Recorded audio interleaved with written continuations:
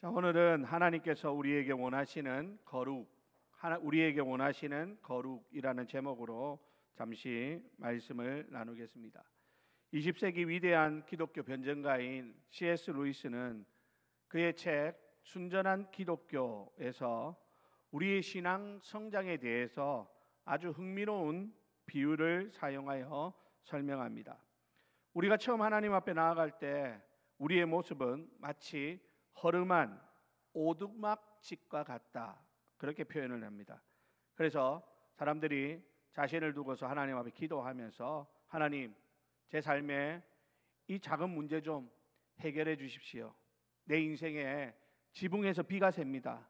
하나님, 이거 좀 막아주세요. 내 인생에 저 삐걱거리는 저 문 좀 고쳐주세요. 이렇게 하나님 앞에 기도한다라는 것이죠. 그러니까 사람들은 하나님께서 우리의 삶을 조금 더 살기 좋은, 조금 더 살기 편하고 괜찮은 오두막집으로 바꾸어 주시면 좋겠다, 이렇게 기대를 한다는 겁니다.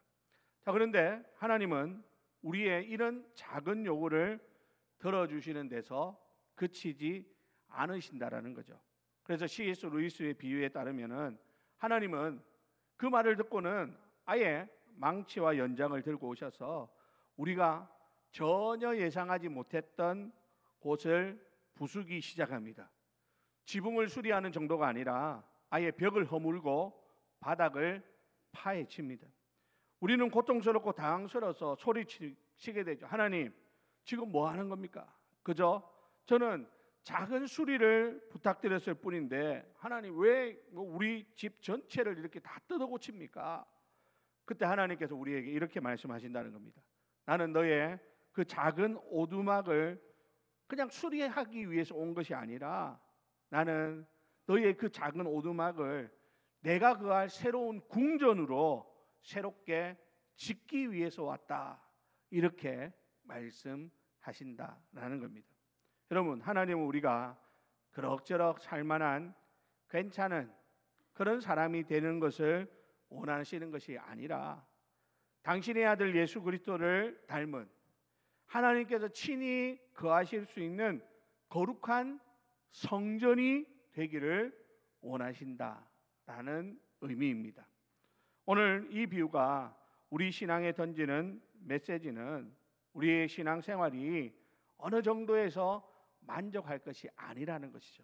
하나님이 원하시는 그 수준에까지 이를 수 있도록 우리는 날마다 정진하며 달려가야 하는 것입니다.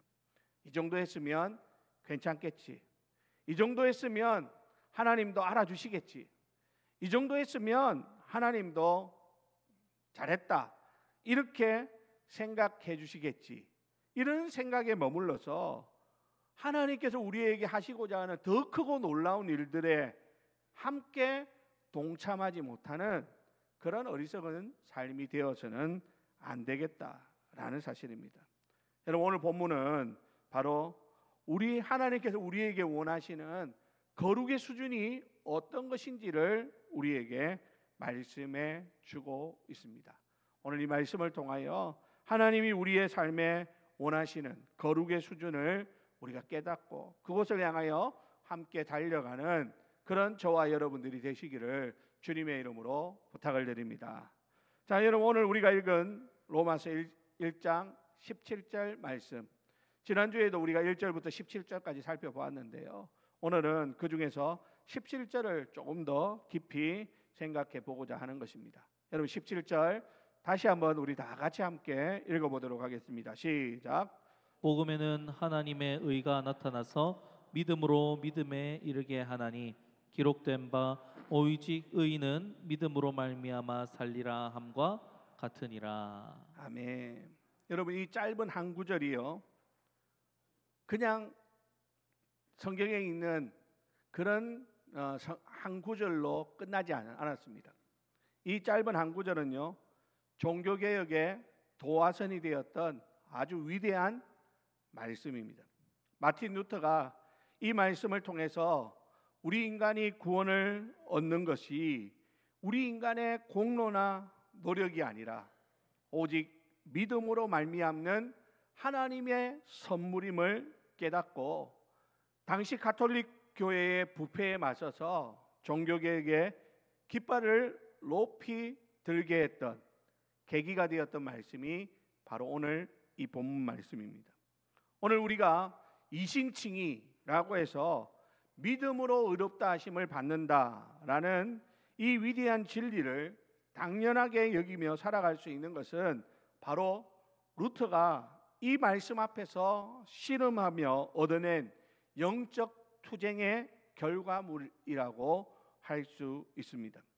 여러분, 오늘 우리는 이 말씀을 세 부분으로 나누어서 생각해 보려고 하는데요. 우선 첫 번째는 복음에는 하나님의 의가 나타났다라는 것입니다. 오늘 말씀은 복음에는 하나님의 의가 나타나서라고 시작하고 있습니다. 여러분, 여기서 하나님의 의는 단순히 하나님의 공의로운 성품만을 의미하지 않습니다. 물론 하나님은 절대적으로 공의로우신 분이시죠. 그러나 본문에서 사도 바울이 강조하는 이 하나님의 의는 하나님께서 죄인인 우리를 의롭다고 인정해 주시는 행위 또는 의롭게 만들어 주시는 능력을 의미하는 말입니다. 즉 이것은 우리에게서 나온 의가 아니라 하나님으로부터 우리에게 주어지는 선물로서의 의를 말씀하는 겁니다. 여러분, 한번 생각해 보시죠. 거룩하시고 공의로우신 하나님 앞에 우리 자신의 힘으로 설 수 있는 사람이 이 자리에 과연 누가 있겠습니까? 성경 로마서 3장 10절은 분명히 이렇게 말합니다. 의인은 없나니 하나도 없으며 라고 말입니다.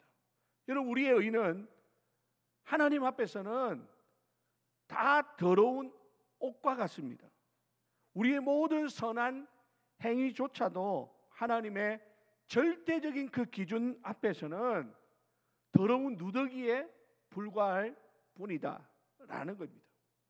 만약 하나님께서 우리 자신의 의를 기준으로 우리를 심판하신다고 한다면 이 자리에 있는 우리 중에 단 한 사람도, 아니 이 세상에 있는 모든 사람들 가운데 단 한 사람도 구원받을 수 없을 것입니다.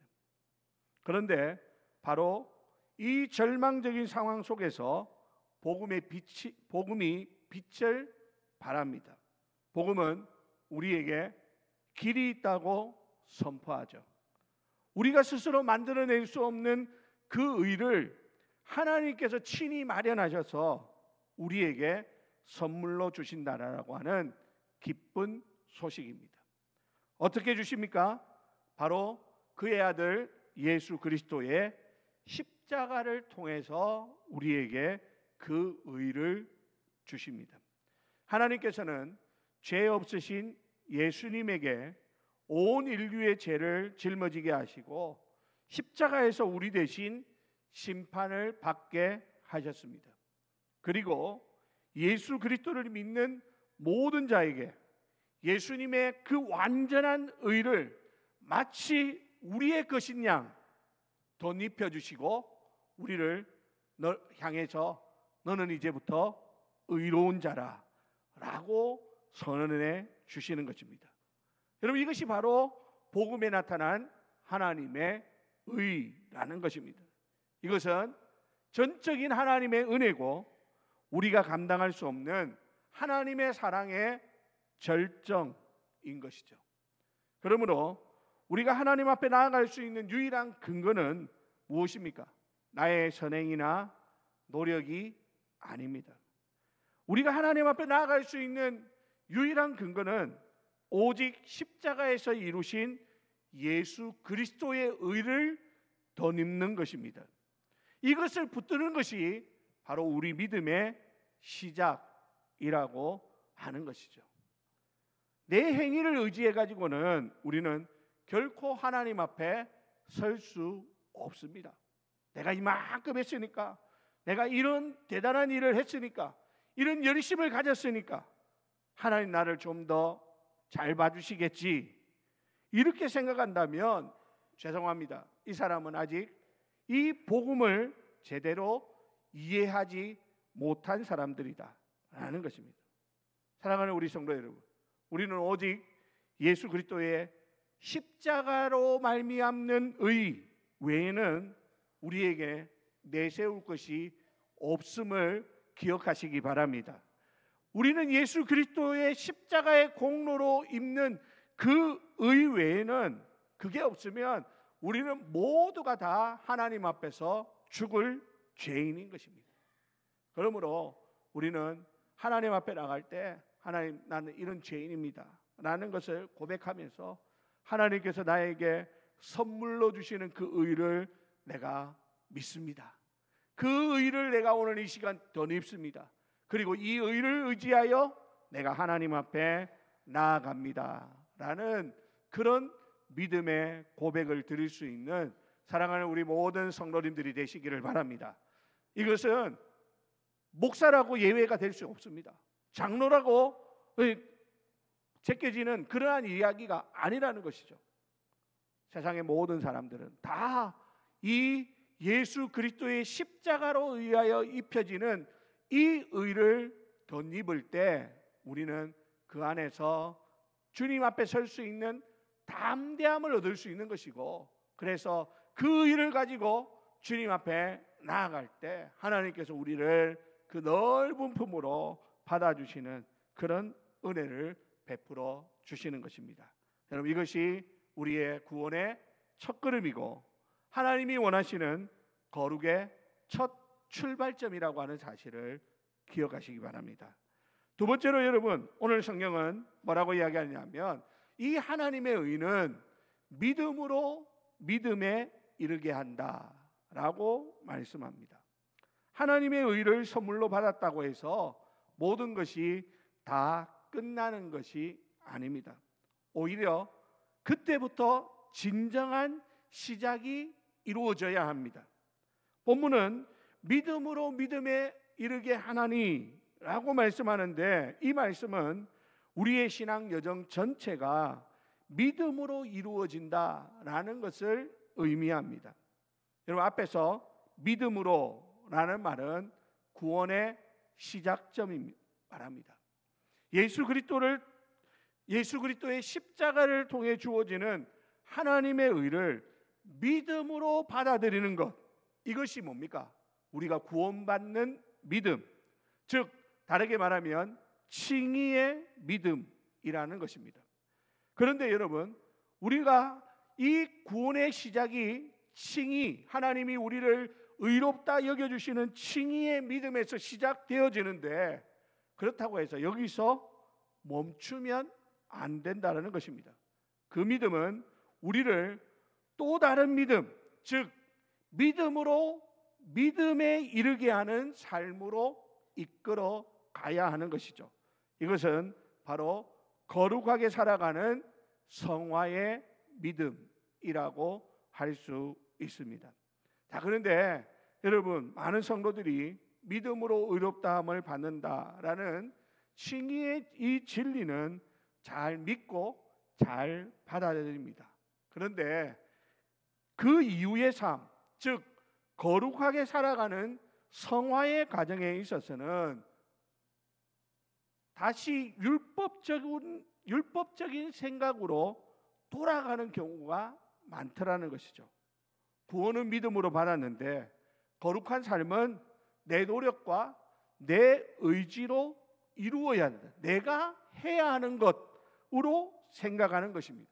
그래서 이것을 해야 합니다, 이것은 하지 말아야 합니다 라는 식의 행위 목록을 만들고 그것을 지키지 못했을 때 사람들은 어떻게 해요? 죄책감에 빠져요. 자기를 자책하는 거예요. 왜 나는 이것밖에 안 되지? 왜 나는 매일마다 이런 일들 때문에 실패하지? 그러면서 낙심에 빠지고 나는 것이죠. 그런데 여러분, 오늘 성경은 분명히 우리에게 이렇게 말씀합니다. 칭의가 믿음으로 말미암았듯이 성화 또한 믿음으로 말미암는다는 것입니다. 여러분, 이해되십니까? 다시 한번 말씀드릴게요. 칭의가 우리가 믿음으로 말미암는 것처럼 성화도 믿음으로 말미암아 얻게 되는 것입니다. 우리의 힘과 의지로는 결코 하나님의 거룩하심에 이를 수 없습니다. 우리의 힘으로, 내 노력으로 하나님의 거룩하심에 이르려고 하면 우리는 날마다 넘어지고 실패하는 그런 것들을 경험할 수밖에 없는 것입니다. 자, 그렇다면 여러분, 어떻게 믿음으로 거룩한 삶을 살아낼 수 있을까요? 그것은 바로 우리 안에 내주하시는 성령을 의지하는 삶을 통해서 가능하다라는 것입니다. 예수 그리스도를 믿을 때 어떤 일이 일어나냐면 성령께서 우리 안에 찾아오십니다. 그리고 우리와 함께 하시죠. 내 안에 계신 그 성령이 내 안에 계시면서 그는 무엇을 하시느냐? 우리로 하여금 죄를 깨닫게 하시고 죄와 싸워 이길 힘을 주시고 하나님의 말씀을 사모하게 하고 그 말씀에 순종하고자 하는 그런 능력을 공급해 줍니다. 뿐만 아니라 내 안에 계신 그 성령은 우리로 하여금 죄를 미워하게 만들고 어떻게 해서든지 죄로부터 멀어지려고 하는 그런 아름다운 마음을 우리에게 심어 주시는 것이죠. 그러므로 우리의 역할은 뭡니까? 우리의 힘으로, 내 노력으로 거룩해지려고 애쓰는 것이 아니라 내 안에 계시는 성령을, 그 성령의 인도하심에 민감하게 반응하면서 그 성령께 우리가 순종하는 것입니다. 내 안에 계시는 성령이 주시는 그 마음을 따라서 내가 순종할 때 우리는 자연스럽게 성화의 믿음으로 나아갈 수 있게 된다라는 것이죠. 그러므로 여러분, 아침에 눈을 뜨면 어떻게 해야 됩니까?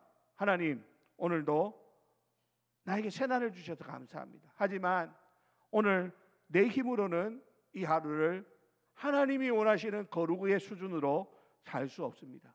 오늘 내 안에 계시는 성령께서 내 마음과 생각을 다스려 주시고 내 생각과 내 말과 내 행동을 하나님이 기뻐하시는 쪽으로 살 수 있도록 그렇게 인도하여 주옵소서.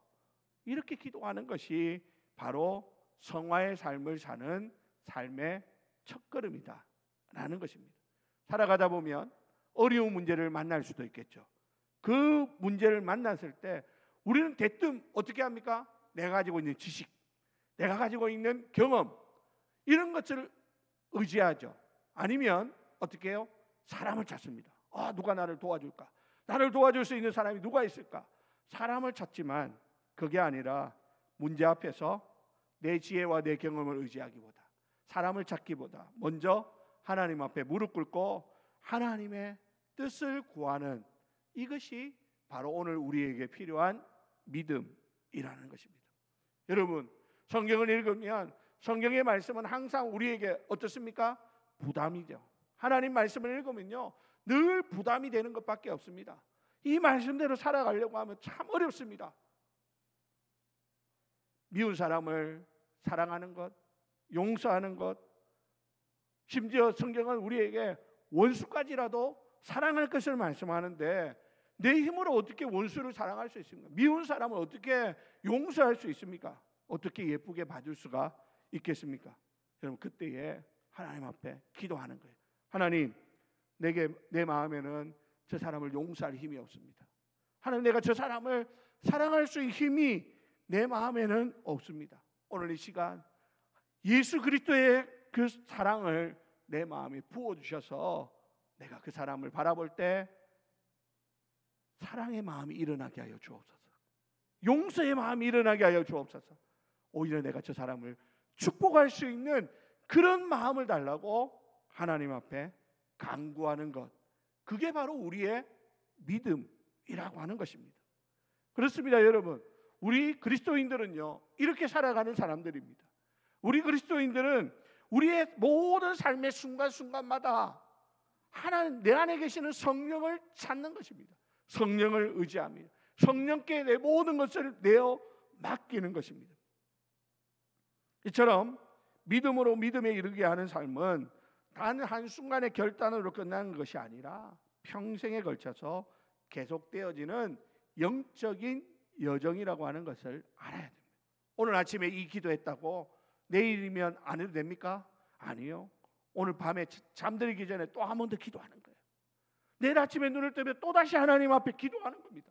매일 매 순간 평생에 걸쳐서 우리는 이 영적인 기도가 하나님과 이어져야 되고, 그렇게 할 때 우리는 믿음으로 믿음에 이르는 삶을 살아낼 수 있겠다라는 것입니다. 여러분, 이것이 바로 하나님이 우리에게 원하시는 거룩의 과정입니다. 예수 믿었다고 더 이상 죄 안 짓는 사람 없습니다. 직분을 받았다고 해가지고 이제는 더 이상 죄와 상관없는 사람이 되는 것 아닙니다. 목사르지만 매일 매 순간마다 말씀을 읽고 기도하지 않으면 내 안에서도 나쁜 것들이 계속 자라게 되어져 있는 거예요. 여러분들도 마찬가지입니다.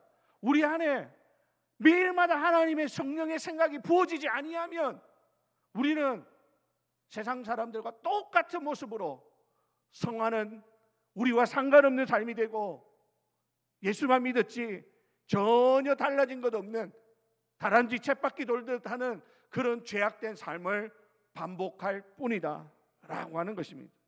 그러므로 사랑하는 우리 성도 여러분, 하나님께서 우리에게 오늘도 이 말씀을 통하여 다시 한번 우리가 기도해야 될 것이 무엇인지를 깨닫게 해주십니다. 여러분, 하나님 앞에 내 안에 계신 성령의 힘을 부어달라고 기도하는 그러한 저와 여러분들이 되시기를 바랍니다. 성령께서 내 마음과 생각과 내 말과 행동을 다스려 주시고 나를 새롭게 해달라고 하나님의 은혜를 의지하는, 그것이 바로 우리가 거룩을 향하여 가는 과정임을 잊지 마시기를 바랍니다. 하나님은 우리가 오늘 예수 믿었다고 오늘부터 완벽해지는 그런 삶을 원하는 것이 아닙니다. 날마다 믿음으로 하나님께 나아가고, 날마다 하나님을 의지하고, 날마다 주님 닮아가기를 원하십니다. 그러므로 사랑하는 성도 여러분, 오늘 하루, 이번 한 주 매 순간순간마다 하나님 의지하면서 성령께서 주시는 그 힘으로 주님을 닮아가는 저와 여러분들이 다 되시기를 예수님의 이름으로 간절히 축원합니다. 세 번째로, 마지막으로, 여러분 오늘 성경은 뭐라고 말합니까? 오직 의인은 믿음으로 말미암아 살리라 라고 말씀하고 있습니다. 여러분, 이 말씀은 구약 하박국 선지자의 말씀을 인용한 것인데요, 하박국 선지자는 악인이 형통하고 의인이 고난받는 현실 앞에서 하나님 앞에서 고통스럽게 질문합니다. 그때 하나님께서 주신 대답이 바로 이 말씀이에요. 하박국 2장 4절인데요, 다 같이 읽어볼까요? 시작. 보라, 그의 마음은 교만하며 그 속에서 정직하지 못하나 의인은 그의 믿음으로 말미암아 살리라. 아멘. 그의 마음은 교만하며 그 속에 정직하지 못하나 의인은 그의 믿음으로 말미암아 살리라. 눈에 보이는 상황과 현실이 어떠하든지 하나님의 백성은 오직 하나님을 신뢰하는 믿음으로 끝까지 살아내야 한다라는 말씀입니다. 이 말씀을 사도 바울이 새롭게 재해석합니다. 그래서 오늘 이 말씀이 나오는 거예요. 오늘 우리가 읽었던 17절 말씀이 바로 지금 하박국 선지자의 이 말씀을 오늘 이 시대에 맞는 말씀으로 새롭게 해석해서 재해석해낸 말씀입니다. 여러분, 여기서 살리라라는 것은 단순히 그냥 숨쉬고 존재하는 것, 그 의미를 뛰어넘는 것입니다. 이 산다라는 것은요, 참된 생명력으로 살아가는 것, 그리고 궁극적으로 영원한 생명을 얻는 것, 이것을 의미하는 말씀입니다. 자, 그렇다고 해서 여러분, 믿음으로 사는 삶은 죽어서 천국 가는 것만을 의미하는 것은 아니죠. 오늘 이 땅에서의 우리의 삶 자체가 믿음으로 살아내는 삶이어야 합니다. 우리의 가치관, 우리의 목표, 우리의 인간관계, 하나님께서 우리에게 주신 시간과 물질을 사용하는 방식, 이런 모든 영역에서 나는 믿음으로 사는 삶이다, 사람이다라는 정체성이 드러나야 하는 것이죠. 세상 사람들은요, 돈과 명예와 권력을 의지하며 살아갑니다. 눈에 보이는 것이 전부인 것처럼 그것을 쫓아 살아가죠. 그러나 믿음으로 사는 의인은 다르죠. 눈에 보이지 않지만 살아계신 하나님을 의지하며 사는 것입니다. 세상의 가치관이 아니라 하나님의 말씀이 삶의 기준이 되어 살아갑니다. 그러다 보니까 때로는 손해가 보는 것 같고 때로는 어리석게 보일 수도 있습니다. 하지만 하나님이 원하시는 것이라면 묵묵히 그 믿음의 길을 걸어가야 하는 것이죠.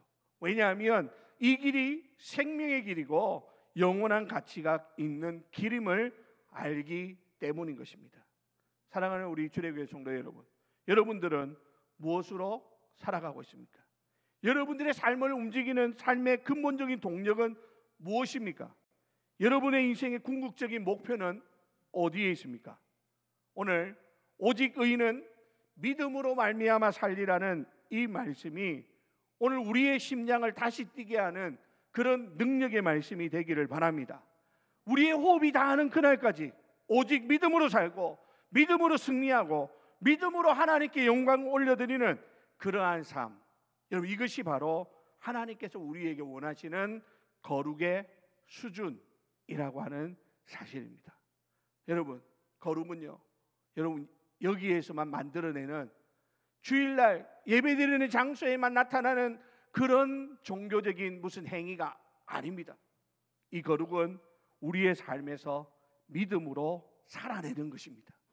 여러분들의 가정에서 수많은 사람들과의 인간관계 속에서 그리고 이 험한 세상 가운데서 우리가 믿음으로 도전하고 믿음으로 부딪히고 믿음으로 살아냄으로써 그 가운데 주님 닮아가는 모습들이 조금씩 나타나게 되어지는 것, 이것이 하나님이 우리에게 원하시는 거룩의 모습이다라는 사실입니다. 여러분 우리가 잘 아는 찰스 스퍼전 목사님에게 어느 날 한 젊은이가 찾아와서 이렇게 묻습니다. 목사님, 어떻게 하면 나도 그리스도인으로서 거룩한 삶을 살 수 있습니까? 저는 날마다 그렇게 살고 싶지만 죄와 싸우지만 번번이 실패하고 넘어집니다. 제게는 거룩하게 살 수 있는 힘이 없는 것 같습니다. 이렇게 이야기를 하더라고요. 스펄전 목사님이 그 이야기를 듣고는 이 젊은이를 데리고 템스 강가로 갔다고 합니다. 강가에 보니까 돛을 활짝 편 범선 한 척이 정박해 있습니다. 그런데 이상하게도 배는 꼼짝도 하지 않더라는 것이죠. 강물은 흐르고 바람도 살살 불고 있고 돛도 활짝 펴고 있는데 그 배는 여전히 그 자리에 머물러 있는 것입니다. 스펄전 목사님이 이 젊은이에게 질문합니다. 젊은이, 저 배가 왜 움직이지 않는다고 생각하는가? 이 젊은이는 한참 고민하다가 바람이 너무 약해서 그런 것 아닐까요? 라고 대답을 했습니다. 그러자 스펄전 목사님이 웃으면서 이렇게 말합니다. 아니세, 저 배가 움직이지 않는 진짜 이유는 닻을 내리고 있기 때문이야 라고 말합니다. 그러면서 스펄전 목사님이 이렇게 권면합니다. 젊은이, 우리의 삶이 거룩함으로 나아가지 못하는 이유는 성령의 바람이 약해서가 아닙니다. 우리 삶의 닻을 여전히 세상이라는 강바닥에 깊이 내리고 있기 때문에 우리는 거룩함으로 나아가지 못합니다. 죄에 대한 미련, 세상의 즐거움에 대한 집착, 자기 자신에 대한 신뢰라는 닻을 뽑아 올리지 않는 한 아무리 성령의 바람이 불어와도 우리는 결코 앞으로 나아갈 수 없는 것입니다. 먼저 당신의 닻을 올리시기 바랍니다. 그리고 믿음의 돛을 활짝 펴고 당신의 삶을 성령의 바람에 온전히 맡기기 바랍니다. 그러면 당신의 삶은 하나님의 은혜의 강물을 따라서 거룩함의 항구를 향해 힘차게 나아가게 될 것입니다. 이렇게 이야기했다는 것입니다. 사랑하는 성도 여러분, 그렇습니다. 오늘 우리의 영적인 배는 어디에 멈춰 있습니까? 혹시 우리도 모르는 사이에 세상에 깊이 닻을 내는 채 왜 나는 교회 생활 이렇게 많이 했는데 나는 변하지 않을까? 왜 내 삶에는 이런 삶의 능력이 나타나지 않을까? 한탄만 하고 있지 않습니까? 오늘 로마서 1장 17절 말씀은 우리에게 분명히 도전합니다.